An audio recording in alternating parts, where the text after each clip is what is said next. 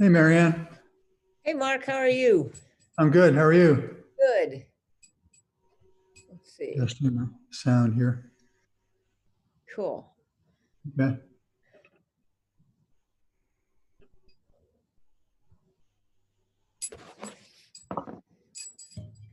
How are you doing? How's Emily?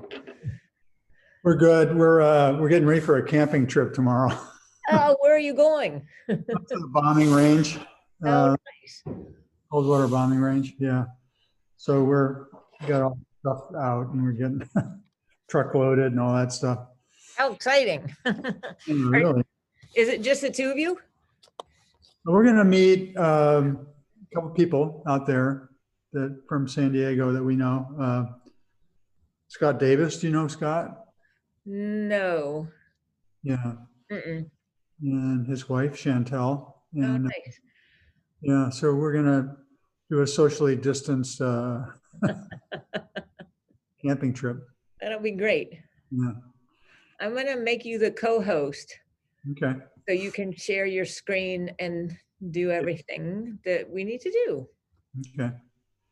Yeah, so I have a bunch of stuff loaded, depending on what we would like to do.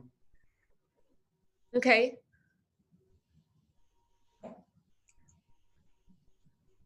Oh, wait a minute. Somehow, let's see. I lost your audio. Oh. Oh, there it Well, is. Okay, it just came back. yeah, I'm turned on. So I don't Okay. know. I think all you actually need to do, you don't even need to make me a co-host. You just need to go to participants and then under, it's under participants. What's it under?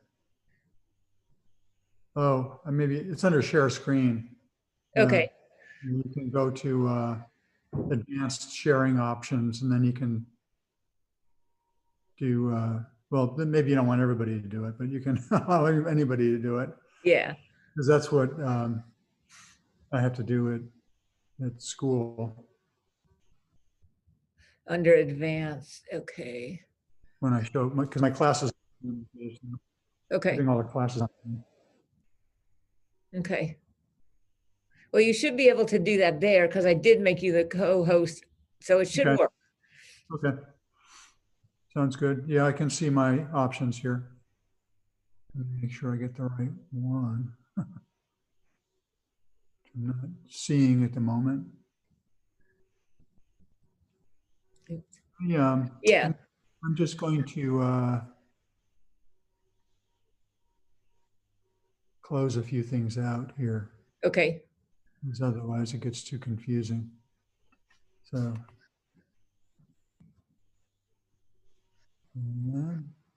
close this out.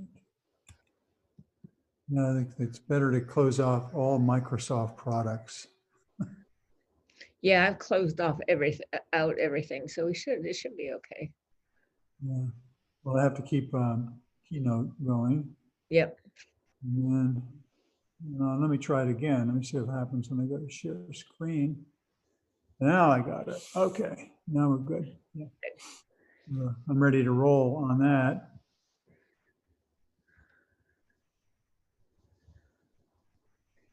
I'm getting a message already.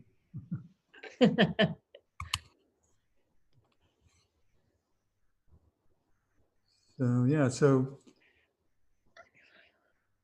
let's see. So if people have questions, I'll ask them to put it in the chat. Yeah. Yeah, I mean, I can see that too, but it might be distracting for me to do it. Okay. So it might be, if I'm talking, sometimes I can't read the stuff quickly enough and figure out what's going on. So maybe Okay. I'll let you handle that. And Yeah. then, I'll tell people to do that, and then at the end, I'll go through and ask you the questions. okay. Yeah, or anytime. I mean, I don't mind being interrupted. Okay. So whatever. Whatever. And that's a kind of nice thing about this type of setup is that you can play it by ear a little bit. I mean, we can sort of shift as we go, and I like it. I'm in my own space. If you want, I can show you around Great. and show you some stuff, and then I can switch to slides. Whatever Okay. work. But we'll take it wherever it goes. Sounds good. We had Will Wilson on a couple weeks ago, and he did the same thing. It was pretty neat. Okay, cool. Yeah, he's developed this app where he actually has these talking tin types. Have you seen that? No. But he has an app that you can download for free on your phone, and if you go to his website, you can see the tin types come to life. It's really pretty neat. Huh. That is interesting. Yeah, I like that idea. Sort of a combination of historic and contemporary. Mm-hmm. And he's mostly using the app with a lot of his Native American portraits. Mhm.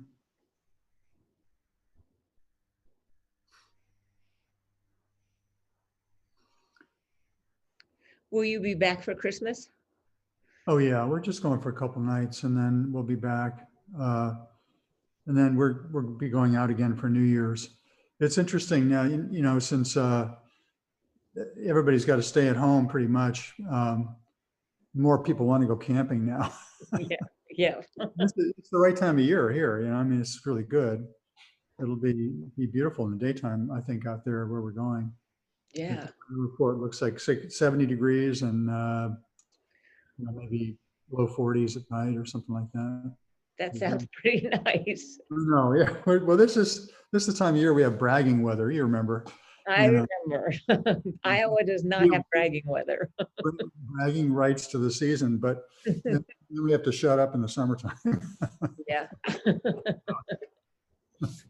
Yeah. What's it like where you are? What's the weather like there? It's been up and down. It's been really, really cold. We had one snow that was about 4 inches already, and then it got warm again, and now it's been cool. It's pretty typical for this time of year. We'll get a lot of snow this winter. Mm-hmm. Yeah. I'm just hoping it holds off as I drive across the country. Yeah, so too. Like they're getting hit right now on the East Coast, and our daughter Natalie's in Philly, and unfortunately she's not coming back for Christmas, and um, it's just they're getting pounded now by the snowstorm, which it looks kind of cool if you're into White Christmas, I guess, but it probably won't last because it's going to get icy. Yeah. Yeah, I saw pictures. My sister's in Brooklyn, and New York is just getting hit too. And it's just like, well, that's okay. Yeah, yeah, yeah. No, it's a strange year In so many ways. In for a so lot of things. many ways. Yep. Yeah. What time is it? I have 26 here, 6:26 for you, I guess. Yep. So how do you want to do this? You want to just ask questions, or how do you want to? Well, I'll do the introductions, Okay. and then I'd love it if you would just show people the studio first, Okay. just because that's your studio is so fabulous. And then maybe we'll have questions. And then if you want to show the work that you have up on your PowerPoint or your slides or however you have it, that'd be great. And I'll let people know that that you don't mind being interrupted and they can put something in chat and I'll read it off to you. But I Yeah, will ask people to stay muted because it's too distracting otherwise. yeah, sure. Yeah, that's fine. You know, I have a lot of different projects. I have them in the slide form. I have them as separate projects, so I can just go to a particular project. That I think there were some certain ones that you earmarked that I created so Oh, that I good. could you know, Okay, that's show, great. yeah. So, but we, you know, we can do it whatever works. But yeah, I'll show you. I'll give you a little tour of the studio. We'll start off with that. Okay, that's I'll perfect. plug my computer and do that. So people are starting to show up here. Yeah, that's good.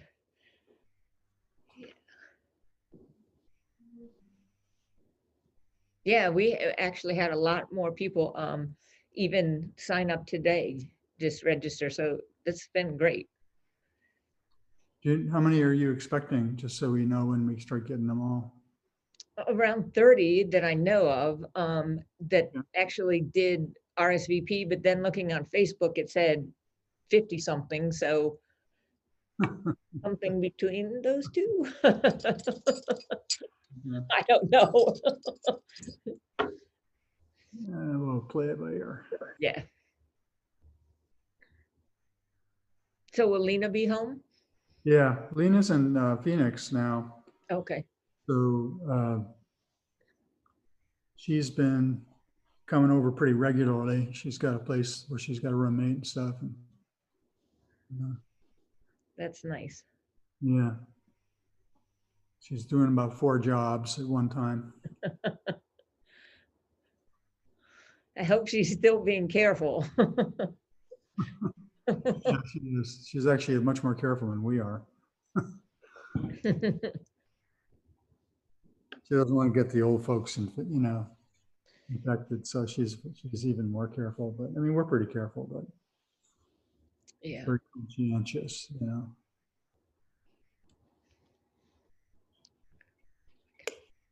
Since I blocked that other screen. I learned from the provost today that I guess we're not going to have a spring break this year. Oh, really? You know, they're planning on just barreling through to the end and ending a week early or so. Are your classes all online? Yeah, pretty much. Yeah. Yeah, it's just a very strange time. Absolutely. Kind of good. I'm seeing some people I know in here, which is cool. Oh, good. Hey, Marianne, I came in on the Zoom link that you just sent out. This is Gail speaking. I see you. And I have a message, leave meeting. This meeting ID is not valid. Please check and try again. I see all of you. It should be, I mean, you're here, so it's working. Yes, but I've got this sign in front of your faces. I'll leave it. This is good enough, but. Okay. I don't know because I don't see that at all, Gail. It tells me to leave the meeting, but I don't want to. You might want to leave it and try to rejoin. That's a possibility. You could leave and rejoin and see if the same thing happens. I can. Okay, folks. You're gonna try it? Okay.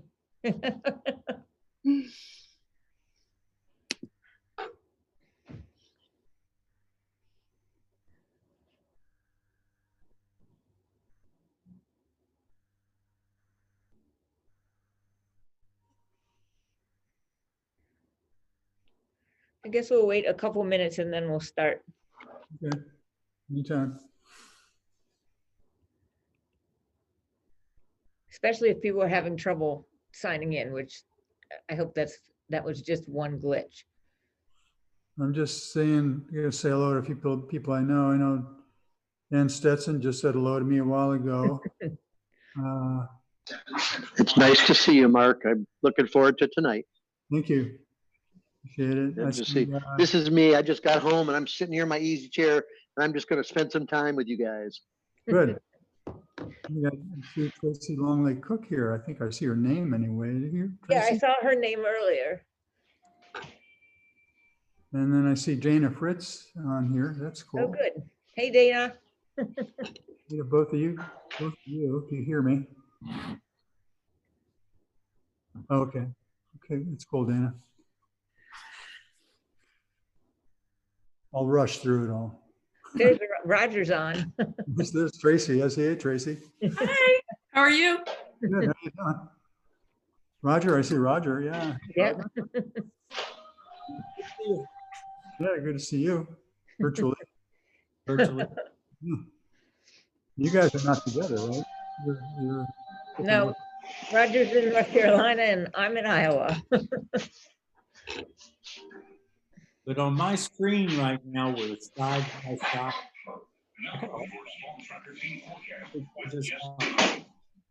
You lost your audio.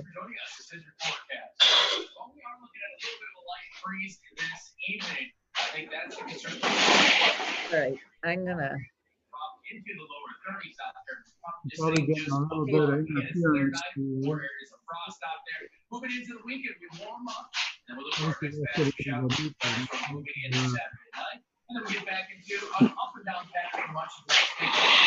don't know any of the other people, just Mark Klett, and then I see Todd Behrens, who isn't, No, this is and Mary Ann. Becky Larson. Yeah. Todd is the director at the Art Center, and so I am signing on for him for these programs, as him for Yeah. these programs. I know Todd, he used to work for me. But you don't look a thing like him. He will be on. There'll be two Todds on here tonight. Good, okay, thank you.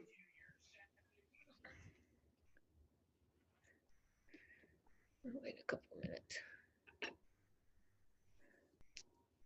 Why don't we get started, and then I have it set up so that people can join whenever, so I don't think anybody will miss it. Thank you all for joining us tonight. I'm Mary Ann Redding. I'm the curator here at the Sioux City Art Center, and it's really my pleasure to bring you tonight's Zoom program with photographer Mark Klett. It's in conjunction with the exhibition that's now on view here at the Art Center, Magnetic West, The Enduring Allure of the American West, which was curated by Andrew Wallace at the Figge Museum in Davenport. The Art Center is really pleased to have partnered with the Figge to bring this important exhibition to Sioux City.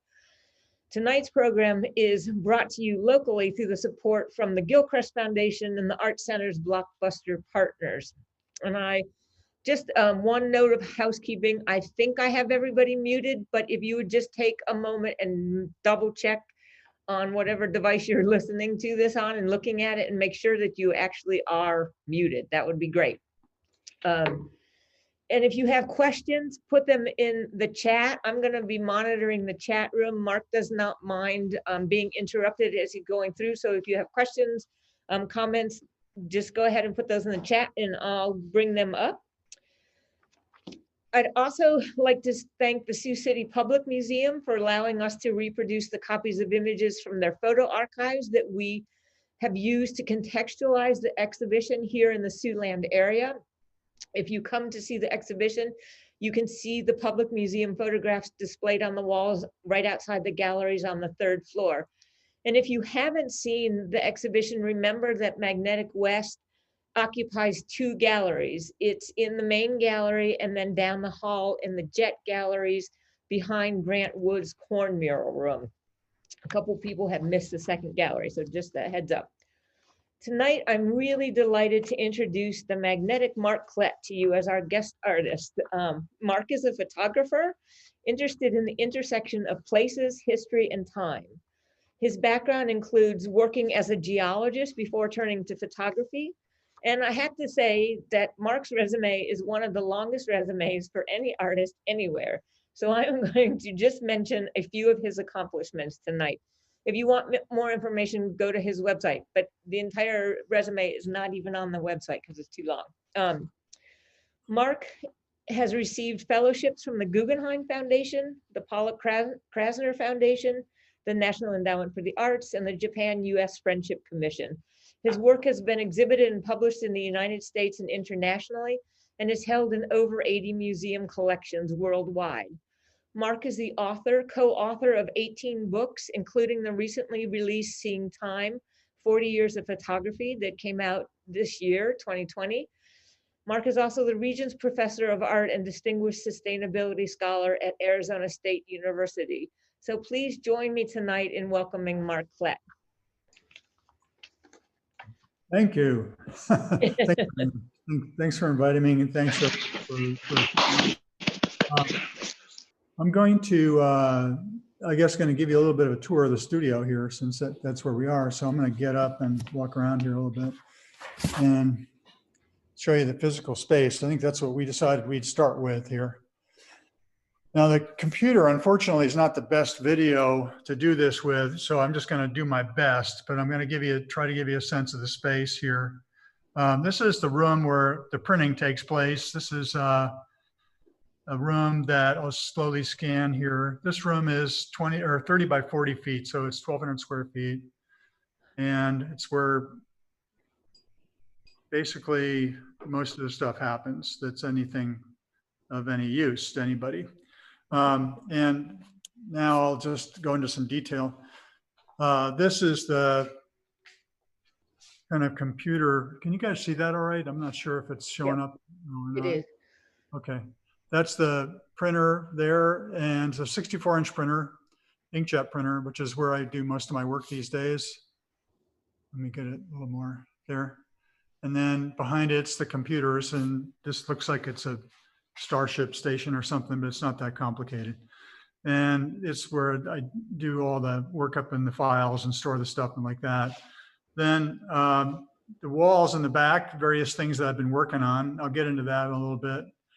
And then in the middle of it all is this table, which is a 6 foot by 12 foot table on wheels that I can wheel around. And this is like the center of it. So I kind of built the studio around this table. I just wanted a lot of space where I could lay prints out.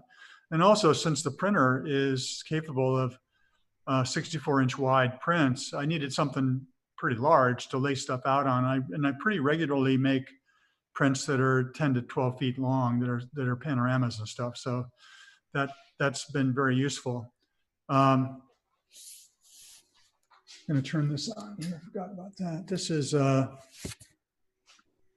stereo viewer, and I've been working on a lot of stereo images lately. And this is a viewer that's a kind of commercial viewer that's made by Sokia, and it's made for aerial photography.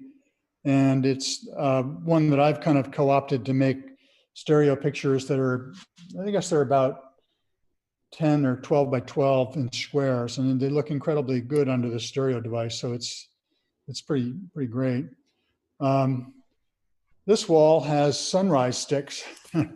And I can show you and talk more about these, but this is I guess I have to admit that to some degree, I actually make sculpture. If you consider these sculpture, I don't know if any self-respecting sculptor would, call them that, but anyway, this is low tech. I kind of hate to say that they're sculpture when they got Roger Atkins here on it's here, because he's a real woodworker. This is stuff I make around a campfire. So what this is really about is when we're out camping, we play a game, and I call it the sunrise stick game. And draw a circle in the dirt about 6 feet in diameter, and then put a stick in the middle of it. And then we try to guess when the first light of the sun in the morning hits the stick and casts a shadow on the circle, where that point's going to be. It's a way to kind of guess where the sunrise is going to be. So in the old days, and when I started this, over 20 years ago, it's just take on any old stick and then just throw it away.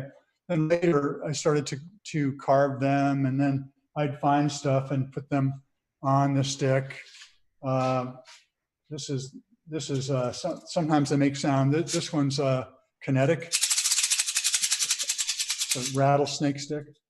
And, you know, sometimes there are little objects like this one here is a rusty can and a little amulet that's kind of inside that came from a Sky vodka bottle.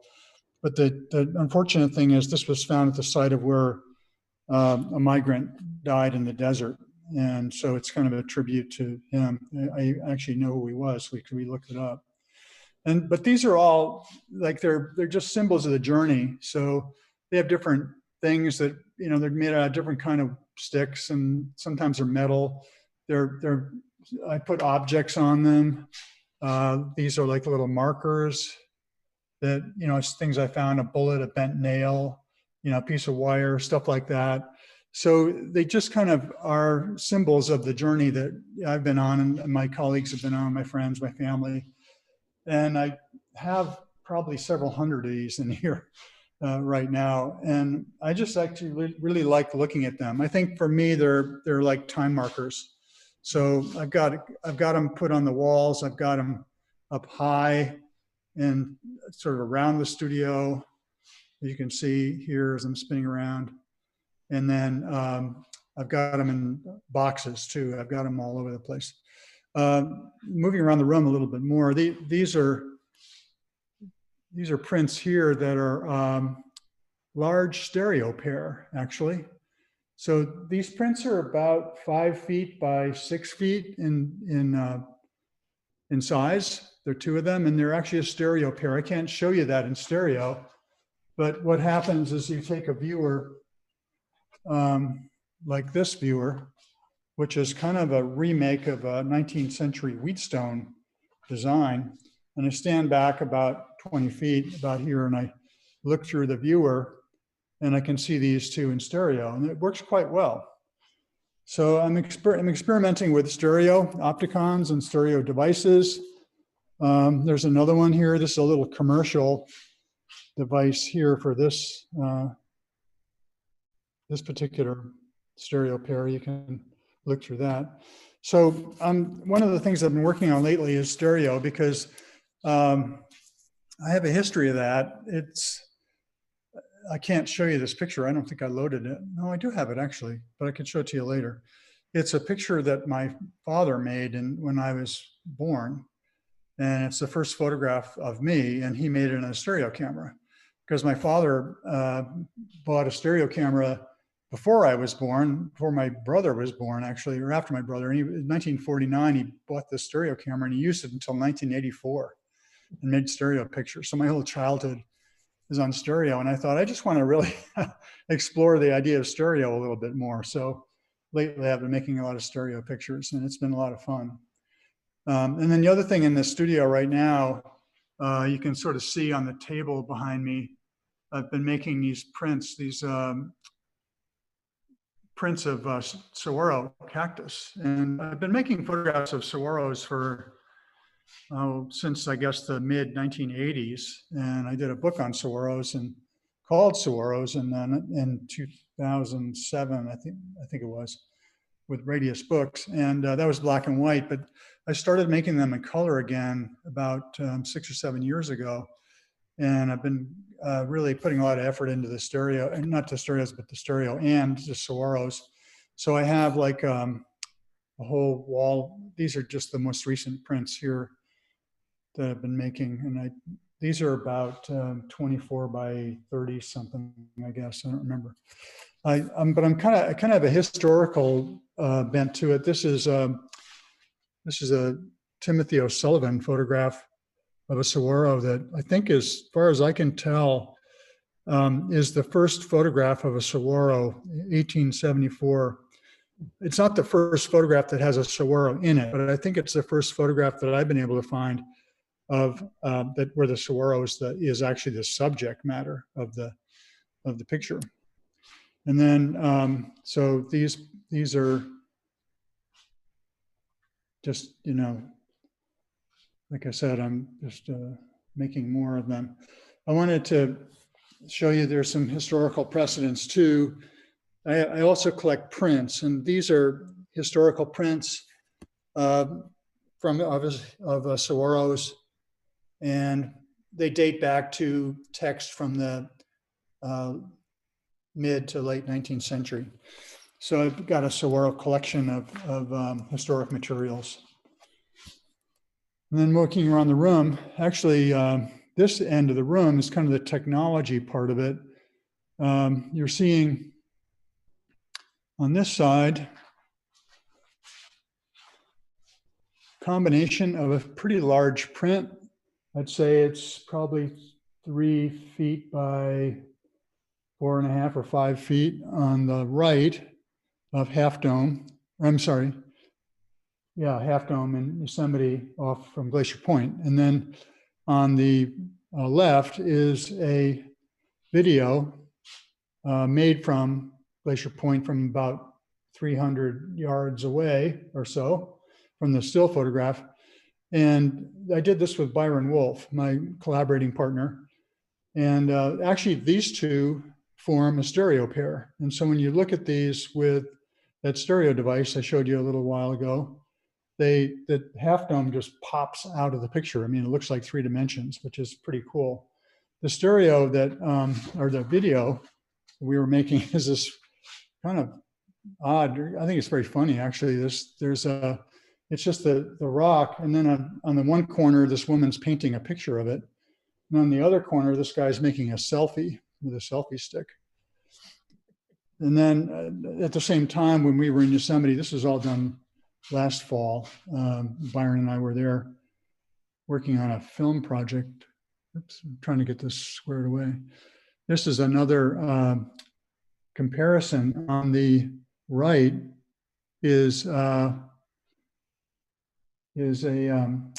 reproduction of an Edward Muybridge photograph.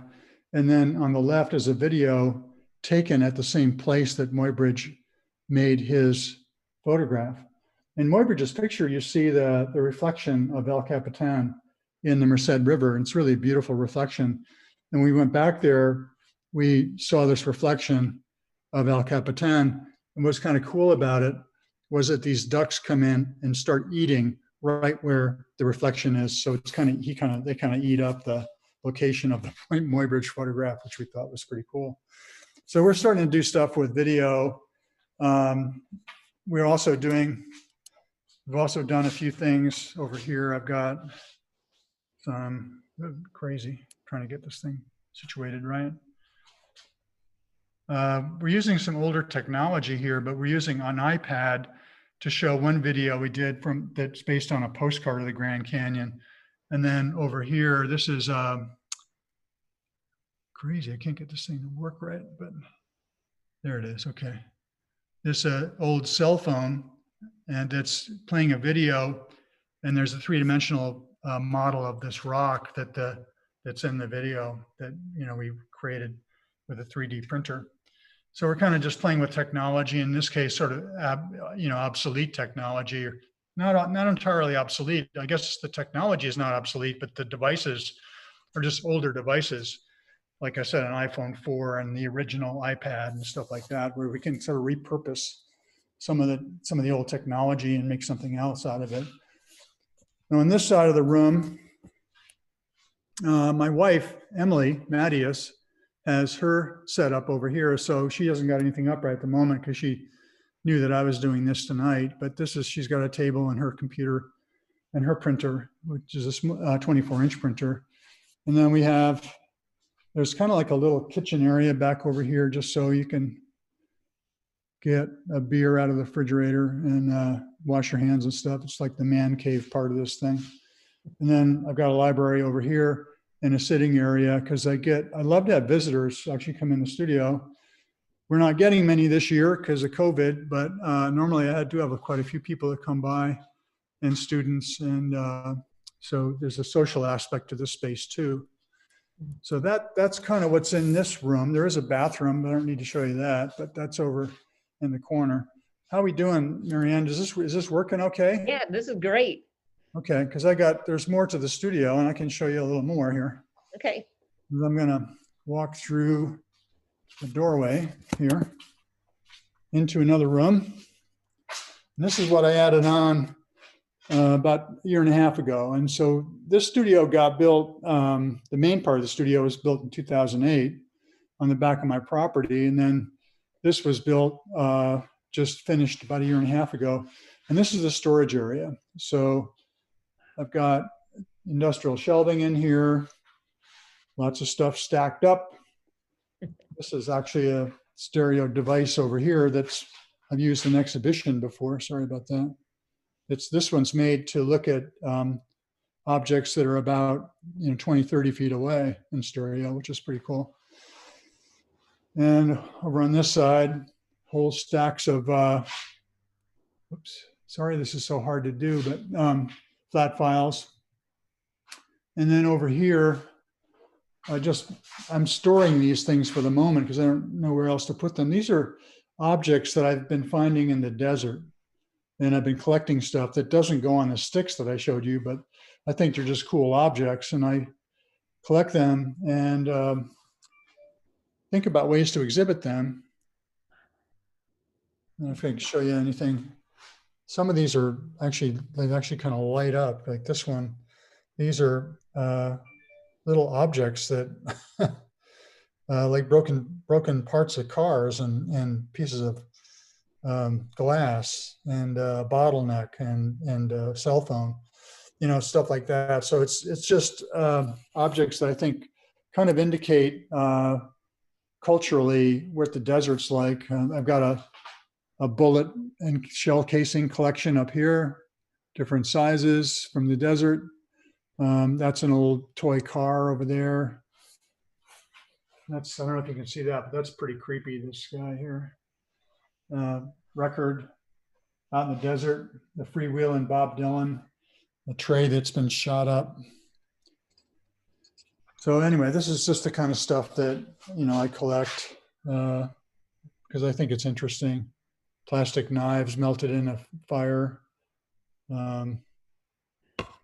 I can't get this in there. It's a paintbrush that has little wildflowers growing up through the bristles, dried out. Over here, I do copy work. And so if I copy my negatives that I made on film, so I have digital records of them and also prints. And then walking a little bit further, then this is the other part of the studio. The last part, this is the shop. So now I have a shop in here where I can work in wood. I don't have a lot of tools yet, but I have a table saw that's outside and I'm starting to get more. But I want to work in wood and metal and just make stuff. I don't know what I want to make yet, but I'm going to work on that. And then this is actually my daughter's part of the studio here. This is Lena, my daughter Lena. She has her studio space over here, so she's making stuff. She makes little sculptures and drawings and paintings, and she finished up her MFA at ASU last year. So she's done some pretty cool stuff. I really like what she's working on. So that's actually the space. Altogether, it's about 2,100 square feet, I think, between all the rooms, the 3 different rooms. Mark, thank you for showing us that. I really like the community aspect of the space that you have, that you thought about making people comfortable and making them feel welcome and making it a museum as much as a workspace in so many ways. Well, the thing that they realized after a while about having a studio was that it isn't just about making the work. It's also having people come over and look at it. And it's also having a place for conversation and, or to have a beer or just, and also sometimes I get interviewed, so people come by. And I realized that after I built the space originally, that I didn't have enough room for that. And so when I enlarged the studio and I created a storage area, it allowed me to take all the storage out of this space and move it into other spaces. And then I could do stuff with this space. And I found that it really made a difference. It's just been I think a really, important part of my practice actually to have that more social aspect to the space. Mm-hmm. Yeah. That's great. Do you want to show us some of the images that you put together? Sure. Yeah. What should I start with? You want me to start with let me see here. Why don't I start with that? I think you have in the show you have a piece from the particular group of pictures, I think. Yes, it's actually number 4. Okay. I just want to plug my book though while I'm here, Okay. because this just came out, in the summer, and it's a retrospective book, and it does have a large chunk of this work that I'm going to show you in it. The original project I called Revealing Territory, and was published under that name in 1990, I think it was, or 92, I guess. I can't remember. Anyway, and so this was the original book, and so a lot of it's been republished, including this book's. I started this work in like 1984, and this book went up to 1990. So then this book actually contains work after that was done until about 92, until 2004. So it was more complete. It's more of a complete look at this work in some ways. And I'll show you some of the pictures from it. And, one of the things that I always want to tell people about this work is that it was kind of a visual diary. And so I'm showing you a picture here. It's called Man Behind Creosote Bush, which was one of the first photographs I made when I came to Arizona in 1982. And when I put this together in both books, I put them together chronologically. So this is the one that usually comes first. So I'm showing you a selection of some of those pictures, and there were hundreds of pictures, but this selection I'm showing you is chronological, because I think it's important for me to kind of see them that way, to see them in a chronological order. This one is crossing into Arizona, checking the road map. That stretch of highway there as you enter Arizona from Utah into Monument Valley, it's become a real famous stretch of highway. I see all these pictures and selfies done on social media now. I mean, this used to be like a road that like nobody drove, it was really quiet. Now it's like people line up. There was lines of Japanese tourists making pictures, and this before COVID. Anyway, this is called Plywood Teepees. Now, some of these slides, they don't really have the titles on them, because I think the images I made this from they were from the negative, so they didn't have the exact titles. But what I used to do with this work was, well, first of all, these were made with using Polaroid positive negative film, which they don't make anymore. So, it was a beautiful film. It was 4x5. It was, you used a normal 4x5 camera. You use a special holder. You put the film in the holder. You put it in the camera. You take the picture. Then you flip the lever on the holder and pull the film out, and it developed the film on the spot. So you would get this negative and a positive right there, right on the spot. And you waited 30 seconds or so. You peeled it apart, and you had two parts. You had a negative and you had a positive. The negative had to go into a little bucket of chemicals. There was sodium sulfite. That's called Beneath the Great Arch, this picture. And that would take off the chemicals would take off the developing stuff. And then you could take it back into your darkroom and wash it. And once it was dried, you could make these prints, which are really beautiful negatives to make prints from. This is called Bullet Riddle Saguaro near Fountain Hills. And I liked using the film because I could see what I was doing, and I think in the days when, people who are photographers who are used to shooting over a long period of time remember film. I can't say that because my students don't remember film. And this is called Car Passing Snake. And you'd make your pictures, but you wouldn't know what you were getting till you got back in the darkroom, and then you develop it. And sometimes it was great. You'd be like, "Oh, this is fantastic." Sometimes you'd go, "Damn, I missed it." I should have been to the left or the right, or I should have done something else. And the great thing about the Polaroid film was you could actually see what you were getting. So I would use that to that advantage. I would make this picture of cars going by the snake, but I would make lots of pictures, you know. So I would make several until I got one that I liked, you know. It's called Picnic on the Edge of the Rim.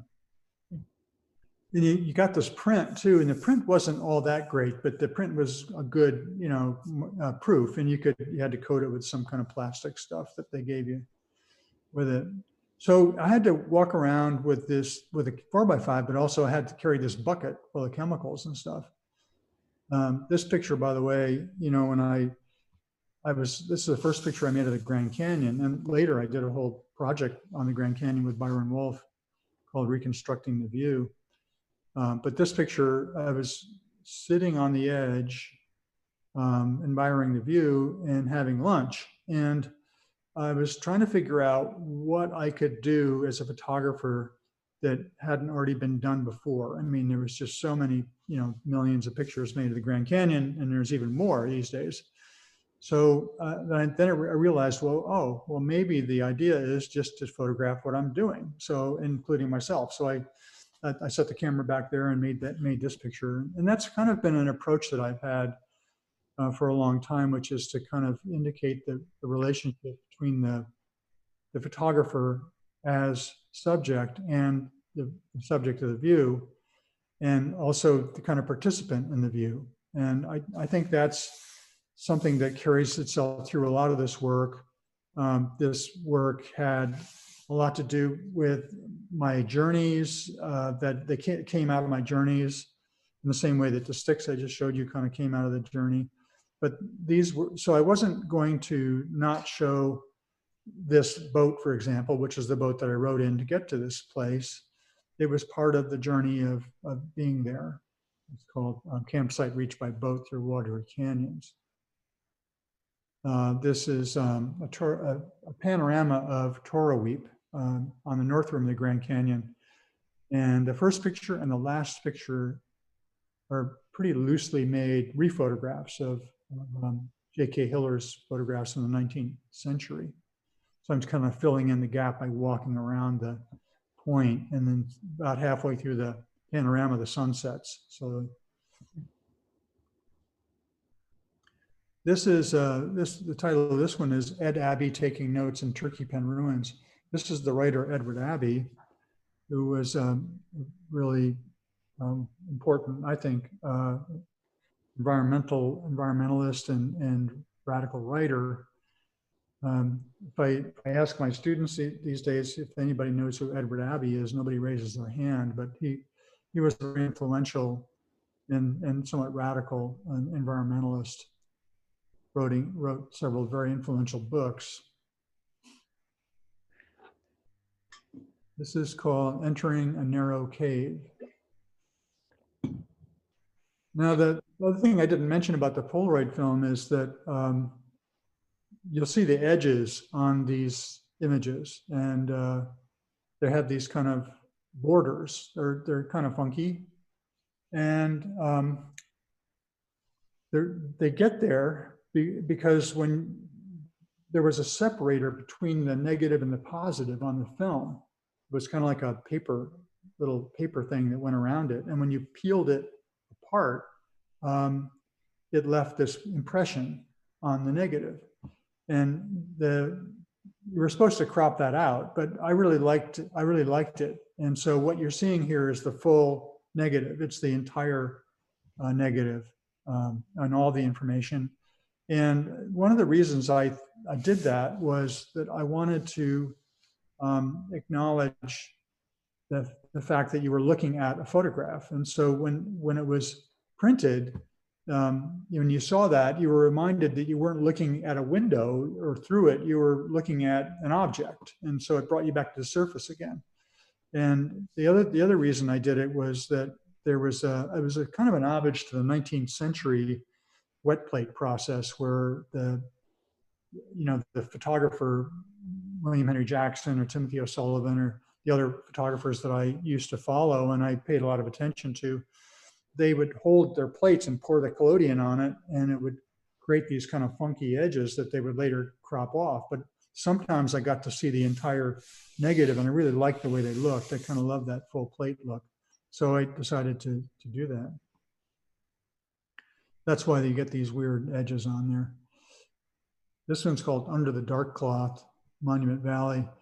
And it was sort of a homage to photography being omnipresent, I guess, in the imagination of the American West, because photography has done so much to teach us about how we should see it, how we do see it, how we understand it, and creating the cultural icons of the West, of which this is one. This is Monument Valley, you see in the ground glass here. This is the 8x10 ground glass camera and the ground glass of a friend of mine, Linda Connor, fellow photographer.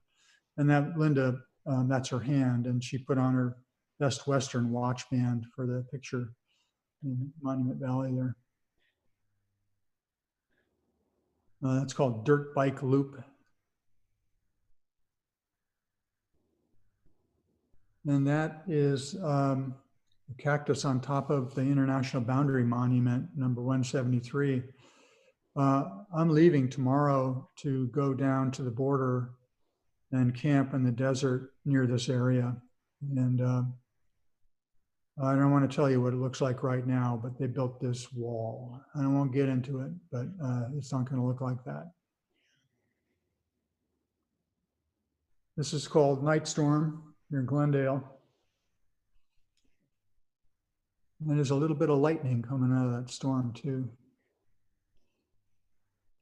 This is called Contemplating the View at Muley Point. And that's actually a self-portrait, that's me. And I had this really long wind-up self-timer that I used to make this picture. I had to run like crazy in the picture when I did that. And this is Viewing Thomas Moran at the Source in Yellowstone.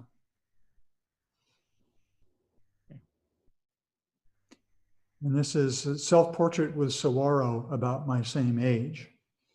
And I guess I'm guessing at that one, but you know, saguaro cactus, I didn't mention this earlier, but I just love these cacti, but they often grow to 40 feet high, and they can be over 200 years old. And often they're 70 years or more before they get the first arm. So I think this one, I just kind of estimated, I think I was maybe 50-ish when I made this picture. And I think that one I was guessing was about 50 years old, but I don't really know. But I put my shadow on there. And this is the last one in this series. This is called Fly, North Grand Canyon. Kind of a more humorous approach to the idea. So anyway, that's just a little selection of that work, and it was all in chronological order. So, but I maybe give you some idea about what that project was about. You got any questions about that? Oh, I guess there was a couple more. I guess that's the way I used to work. Yeah, that was one of my cameras, and that's the film I got in my hand, and that's the Polaroid bucket beneath my feet there. You can tell that was a while ago. And you get these great prints, these great Polaroid prints, and then the negative looked like that with the edges on it. Okay. Well, that's that. What else should I show? What else do you have lined up? I got, let's see what I got here. I got the sunrise sticks. I got rephotography. I got saguaros and stereo stuff. Show us some of the saguaros, because I really like seeing the older work and then the new work that you're doing now. Okay. And since you're so interested in time and your father was doing the stereo views, I mean, it's coming full circle, which is really interesting. I'm just trying to get it up here. What did I do with it? Thought I had it. Oh, there it is. Okay. No, I'm still. So I've gotten this one. Let me get rid of this one. Oh, I know what I need to do. Okay. There we go. Can you see that now? Yes. Okay. Yeah, so this is actually one of the historic images that I have. This really, I think this is one of the first reproductions from a European publication, what they used to call Sirius giganteus. And you can tell that the guy who drew this had never seen a saguaro before, but they kind of had it, some description of it. But I love this guy on horseback, this Native American guy with a lance, like, whoa, this giant saguaro that looks like it's about 100 feet tall. But anyway, so and this was the Timothy O'Sullivan saguaro, which I think is, as far as I can tell, is the first one. And there's even a little figure down here. It's really hard to see, but there's a man down there, kind of in the creosote bushes. Yeah. So this was a book that I did, the saguaro book with Radius Press in 2007, but I think I started making these pictures about 1987, somewhere in there. So these are pictures from the first book, and I just had a little selection here. And what would happen is that I was using the Polaroid film like I described, and I was out in the desert, and I didn't have a plan necessarily, but if I saw a saguaro that I liked, I would stop and make a picture of it. And my main technique was that I wanted to get the entire saguaro. I wanted to get, from top to bottom. And I would walk around the saguaro and look at it from different angles. Sometimes I would photograph it from different positions, but oftentimes I would say, okay, I like this position best. And so I would make the picture. And so I thought of them as portraits. I thought of them as portraits of saguaros.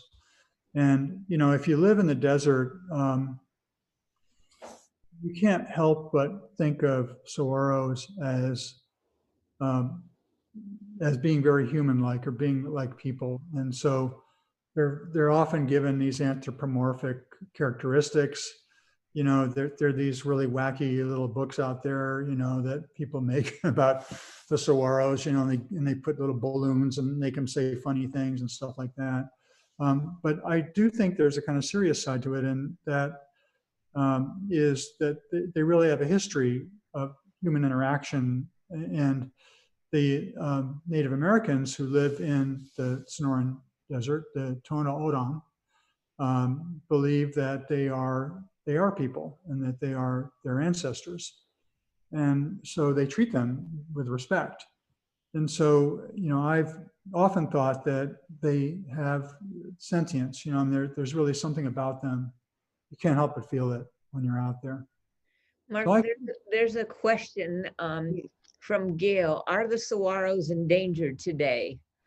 They're not endangered per se. There's a lot of concern about climate change because the saguaros have an upper limit in terms of what they can stand in terms of heat and cold. And so they can take a lot of heat, but they need a certain amount of water, and there's less of that because of the drought. And the other thing is that as the heat moves further, and they think that the saguaro is starting to migrate further north into some cooler and higher areas, but they may not be able to migrate fast enough. So there's a lot of pressure on the cacti, and I'm showing you some that are, beat up. And most of these that I'm showing you, I think all of them actually, with maybe one or two exceptions, they're not being done directly by human beings. I mean, like, what happens to them isn't something that a human being has done to them, the way that they look. Like this one on the left, the top part fell off, the bottom arms went down, and they're curling back up again. A lot of that is just due to natural changes in the weather, a certain number of dry years, a certain number of wet years, a certain number of years that are really cold. The cold will kill them. I mean, if there's a lot of freezes, they'll die, and you won't even know it. I mean, they'll look like they're fine, for almost 10 years, and then they'll just fall over, but they're dead because they have so much moisture in their trunks. So this is actually the same cactus from different angles. They look so different from different positions. So there's a lot of stories about saguaros, and also they kind of bring the harbingers of the summer. None of these have flowers on them. I think I have maybe another picture somewhere here of some flowers, but the very tip of the saguaro, the arms and the tops will get flowers in May and June, and they'll ripen in June and July and have fruits. And the birds will pick up they eat the seeds, and also in the odom they collect the flowers or collect the fruits actually, and they actually make a wine out of it. It's one of the few Native American wine making, alcohol making things. But one of the ceremonies, they actually will drink. They'll have people that drink that wine until they actually vomit, and that brings on the rain. That's a part of the story. So there's a great relationship between human beings and saguaros that expand, many hundreds of years into Native American life and into today. So that was, but these are pairings that I was showing you. This is actually the last picture in the book in which my shadow appears. So this is the only time that I actually appear. And I think for me, it was kind of symbolic. I thought that, this is where desert dwellers go when they die. They become saguaros. And so I think when I go out there and I see saguaros, I feel like everybody I know, I meet in some form in the saguaro cactus. And so I started making these new ones, like I said, about 7 years ago or so. And I decided that I wasn't done with it after all, because I just liked them so much. And I decided I would do them now, since I'm using digital back, that I would, do that in this way. So I've begun photographing them with a different kind of sensibility. I think that I'm a lot more tuned into the color now. Of course, I am using colors and not black and white. And a little less on the articulation of the arms and a little bit more on the situation that they're in and the light that they're in. And sometimes I like to photograph them don't have any arms at all. I feel like they're sort of sentinels. Now, some of these cactus are this is one that is dying or is actually dead, but hasn't fallen over yet. These are down on the bombing range where I'm going to be going tomorrow.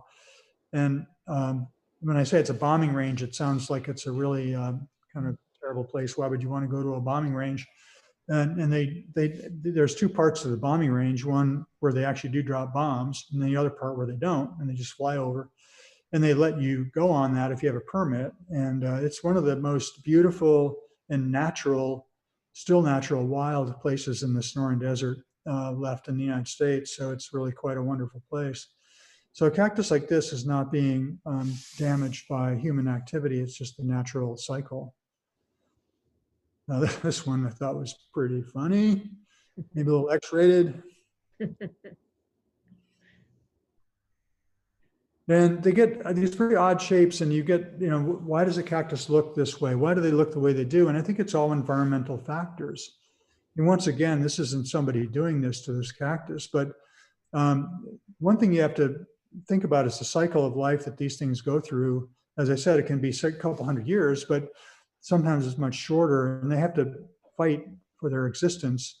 You see lying around the bottom of this cactus, this dead Palo Verde tree. And what typically happens is the cactus will put out the seeds in the summer, the birds will eat it, they'll land on the tree, and they'll poop, and then the seed will be planted underneath the tree. So they'll grow, the little cactus, they're very tender and they're very vulnerable. They will grow up under this tree, either Palo Verde or ironwood, typically, And the tree will protect the cactus and protect it from too much light, from predator, from animals, rabbits and stuff that might eat it when it's really small. And so that tree becomes the nurse plant. But as the cactus gets older, then it starts to fight with the tree for the water. There's very little water there. So then you see a cactus like this, which is scarred because maybe the tree branches were hitting it, knocking it in the wind and so forth.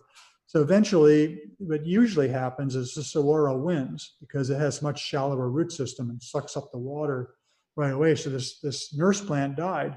And so this is kind of typical of what happens in the Sonoran Desert when you see this competition for things. And so this is not very nice thing to say about saguaros when they kill their nurse plants, but they often do.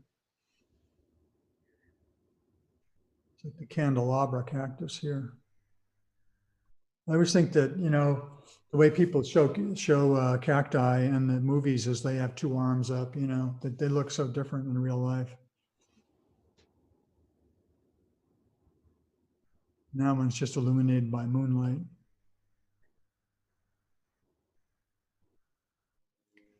It's probably going to fall over the next heavy rain. Their arms they balance them. One of the things the arms do is they balance the cactus, and they also give it an opportunity to produce more seeds. So it's longevity.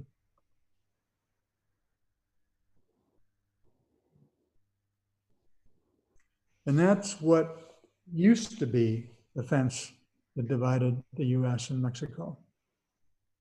And I will see if they've replaced that with the newer, taller, bigger fence wall.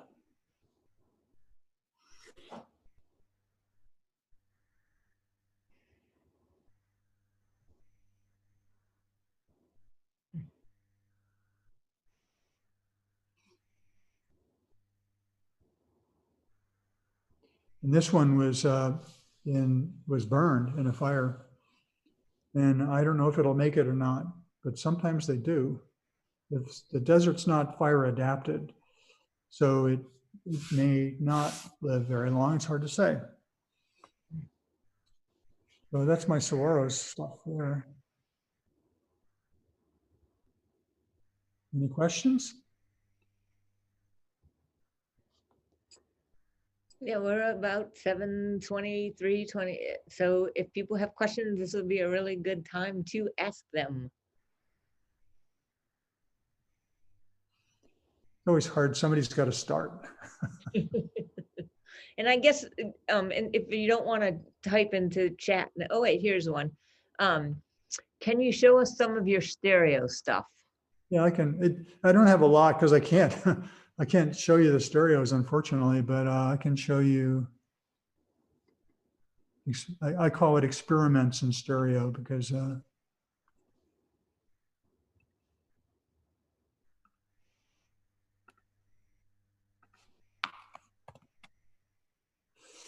this is the photograph I mentioned. My dad took. This is my dad over here, and this is my mom holding me as a baby. And so this was the first photograph that of me, but he made it with a stereo camera. But I was like, look at that wallpaper! Whoa! my brother over here with an Indian headdress on. My grandfather with it looks like a hat, lampshade hat on. So it's like pretty funny. But so my whole childhood was in stereo. I think of this is the sort of model, right? Stereos were really popular during different stages in photographic history. This was a typical stereo viewer in the late 19th century. And that stereo card is of a saguaro, and it's by Carlton Watkins. And so it's a Carlton Watkins stereo card from, I think, the late 1870s. I can't remember the date exactly. So this is me, and I've got there's two pictures I had up. I put them back up, and I've got the stereo device there. And you look through this, and it's just basically a kind of a Wheatstone, what they call a Wheatstone device. It has mirrors in it, 2 sets of mirrors, no lenses. It's very simple. This is a little gallery setup I had, and somebody looking through the at the stereo pair. And that's my, I showed you that a minute ago. That's the stereopticon that is made by Sokia, Light Sokia, for aerial photography. Very precise instrument. And some stereo pictures, that's the flowers from the saguaro that on one of the arms, the bees hovering around it. So that's probably May when that picture was made. So I've been photographing, I'm thinking about doing like this sort of a stereo book that's on the artifacts and things of the Southwest. So this is a pottery shard from a couple hundred years ago, and then one from 100 years ago, or 20 or 50 years ago. I'm not sure which. It's the one. This is on the bombing range. This is actually part of the live fire area where they set up shipping containers and make them look like a building, and then they shoot it with 20mm cannons.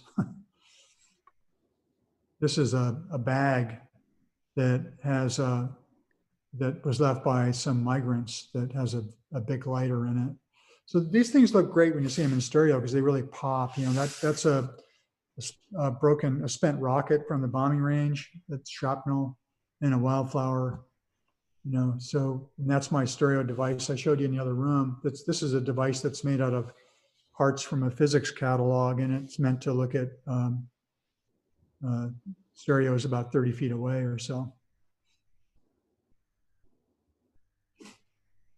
Mark, a couple other questions. Do you anticipate showing, or have you shown, your found collected objects along with your photographic work in a gallery or a museum setting?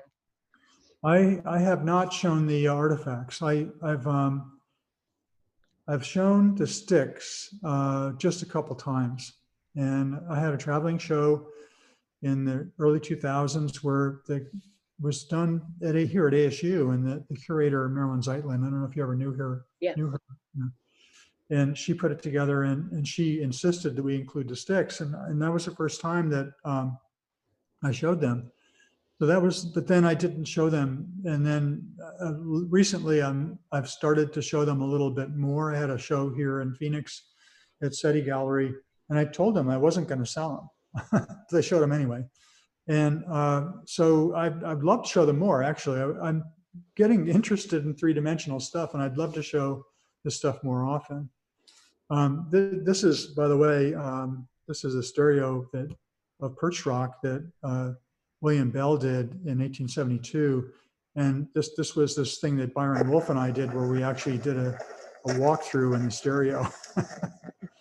So we were there at the site, and Byron wanted to check out what this guy was looking at. Said he was looking at Leslie's Weekly, and then he walks behind.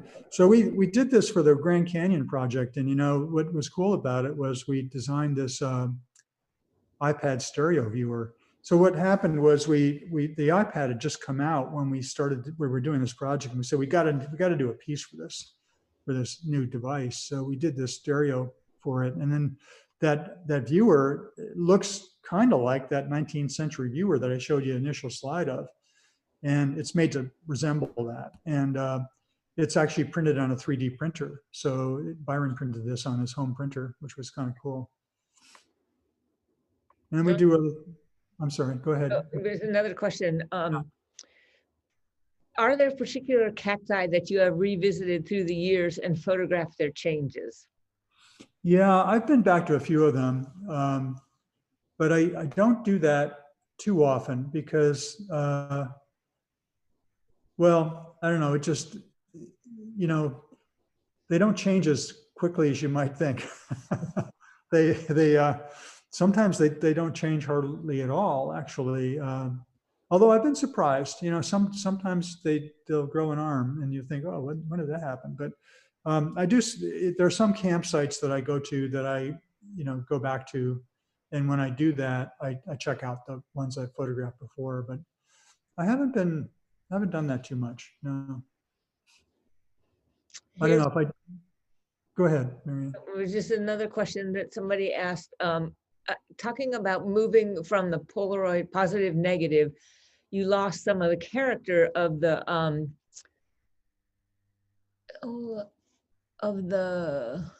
mitigative as a visual quality. How do you think about that visually?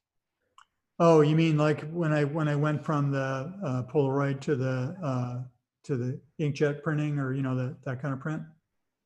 I'm guessing. Yeah. Well, that's a pretty good question, because one thing I really liked about the Polaroid work was that it did have that reminder, that you were looking at an object. And it's harder. I mean, one of the things about digital is that it's just too perfect. I mean, everything's exactly square in the framing, and it's incredibly sharp. I mean, I've got this, a medium format digital back that, I mean, I can make these prints like over here that are, 5 by 6 feet that just look razor sharp, and they're just incredible. So, I mean, you lose the character in some ways of that if you're used to working in film. But I do think, though, that one way to mitigate it is that, and one thing I really like about inkjet printing is that I can choose my substrate, and I have so many more choices now of paper. So, like, I have these pictures in here are on a really nice kind of conventional paper. It's a matte paper with a little bit of texture. I think it's quite beautiful. But then I have another set that I did. I'm not showing you, but they're smaller prints I did on Japanese tissue that have this really beautiful character of the tissue where they're kind of transparent, and you have to put them against a backing, and they almost have dimensionality to them. And I can do things with the printing that I could never have done, when I was limited to, say, black and white and silver paper. And I've always been interested in printing. That's one of the things that I got involved in photography to do, was to enjoy the print. So there is a way to mitigate that by making it more object-like through the printing. And that's not something I can show you here on these slides I'm showing you. You don't get a sense of that. But I think if you see them in person, you do get a sense of that. The color, the way that the paper carries the color, the blacks, and the different papers that I'm using, I think you get a sense of it. You had more questions, I think. I can stop this, I think. One more question, and I'm not sure you'll be able to answer this because you haven't seen the installation and the catalog isn't out yet. But one of the questions was, I'd like to hear your perspective on how your work interacts with it and is in conversation with some of the other contemporary work in the exhibition. And I'm not sure if you can do that or not. Yeah, I don't really know what's in the show, so it's really kind of hard for me to speak about that. So I don't know. Yeah, unfortunately, because of the pandemic, none of the photographers got to see the show either in Davenport or here in Sioux City. There is a catalog that's coming out. Actually, Andrew Wallace sent us an email today and said that they're going to ship some advanced copies, hopefully in January, and we should have some before the show comes down here, but only for the last week of the show. So they didn't even have the catalog because the printing was delayed because of the pandemic. So not everybody who's in the show has an idea of who else is in the show and what images are in the show. Yeah, I realized that. I know there was going to be a catalog. I'd love to see it. So I haven't seen it yet. I've seen a proof of it, and it's really going to be beautiful. I mean, it's really beautifully done. But I haven't seen the final product. Yeah. Oh, I look forward to seeing it. Yeah. And I think that was the last question, and it's also after 7:30. So thank you so much for sharing your studio and your artwork with us. This has been such a treat tonight. Well, thanks. Yeah, it was fun. I hope it was as fun for you as it was for me. I don't know. That's great. Thank you for asking. And thanks for being here. And thank everyone for joining us. The next artist that we will have is Kathia Landeros, and she will be speaking on January 7th at 6:30. And then we're going to wrap up with a presentation by Andrew Wallace. And now I'm forgetting the date of that because we moved the date. But it is on our Facebook page. So those two are coming up before the close of Magnetic West here at the Art Center. So please come back and join us for the next two presentations. And thank you all for being here tonight. And Mark, again, thank you so much. Well, thank you. Thanks very much. Bye-bye. Thanks.